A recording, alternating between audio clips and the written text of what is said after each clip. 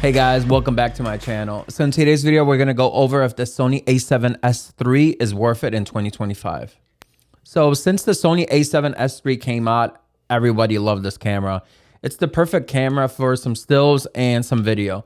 So this sensor is an amazing sensor. It's a low light beast. Before this camera came out, there wasn't many cameras that could accomplish what this camera does. So shooting at 12,800 with the internal noise reduction, you get very clean images. It doesn't shoot RAW like a lot of cameras do these days, but even with S-Log 3, as long as you expose your image, maybe a couple stops, overexposed, underexposed, you can still salvage your image. So I purchased this camera kind of at the tail end of it. A lot of people are expecting the new Sony a7S, 4 or whatever they're going to call it, to come out next year or in the next couple of years. But why I purchased it, you can get great deals on this camera right now. And with cameras like the FX6, FX3, they're using the same sensor as this camera. So why not? I'm not going to be missing out much. 4K is just enough. Shoots 12 megapixel photos, which for most cases, that's enough also. So what I'm going to be using this camera for, it's going to be my primary hybrid camera that I can bring to concerts. I can shoot photos and video with it. I wanted the ZV-E1 to be that camera for me, but I shot some photos of certain bands and I was getting banding on the photos. So this camera has a mechanical shutter, so I won't have that problem with the banding anymore. Some people might say get the FX3, but the FX3, it's basically the same price used and new. You're only getting, a couple $100 off of the actual new price if you buy used. This camera I purchased for $2,200, and I think you can't go wrong with that price. So I'm going to include some video and photos of a photo walk I did in Chicago with it around the McCormick Place, Soldier Field area, and I was very impressed with this camera. It was very cloudy and gloomy that day, and I got some amazing photos. Obviously it's a low light beast in video, but you can also get some amazing photos at high ISOs with this camera. So like I mentioned, I'm going to be using this as my primary concert photography camera instead of bringing a few cameras. Like before, I was bringing the ZV-E1, I was bringing the A7 IV, and sometimes I would bring, a few of the other video cameras I included on this channel, like the FS7 or C100, things of that, Red Komodo. This way I can go to certain shows just with one camera and I can get photos and video with it. You might say 12 megapixels is not enough. And for a lot of cases, I guess if you're shooting, something you need to blow up the billboard size, it's not enough, sure.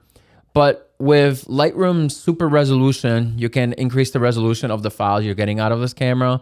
And also 12 megapixels is enough for most cases.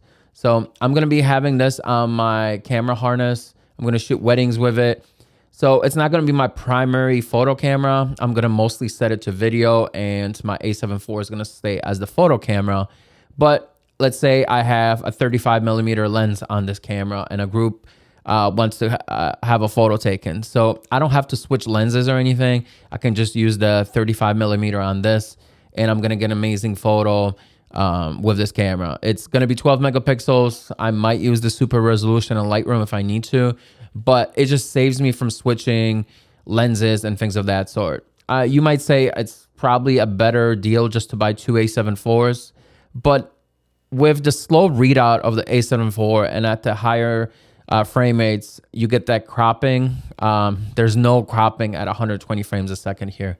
I don't shoot at 120 frames a second. The most I'll probably do is 60 frames a second. I don't even have V90 cards, so I don't really try and shoot in 120 because you can't. It's 10-bit. So I stick to 60 frames a second, but the A7 IV has a crop at 60 frames a second. This doesn't. So I think it's going to be the best pairing of photo video combination for me. And I'll include other cameras, obviously, into the weddings just to kind of spice it up. Like I mentioned, I try out a lot of video cameras, but with my photo cameras, I try and just to stick to Sony A7 IV. I love the camera. I might look into the A7 V. It comes out this year. I guess we'll see. But honestly, the A7 IV is just good enough. And with weddings, I don't like to switch my photography cameras too often. I know a camera, I know what it's capable of, and I'm producing great images. there's no couple that goes up to me and is like, hey, like I wish you were using the, the A7 V if it comes out. I think the photo would be so much better. Honestly, lenses play a bigger part. Lighting plays a bigger part. The actual camera, all the cameras are great right now. You can't go wrong with any like new camera right now. Even Nikon or, Fujifilm, whatever you want to shoot with. You can shoot a wedding with all those. Invest in lenses.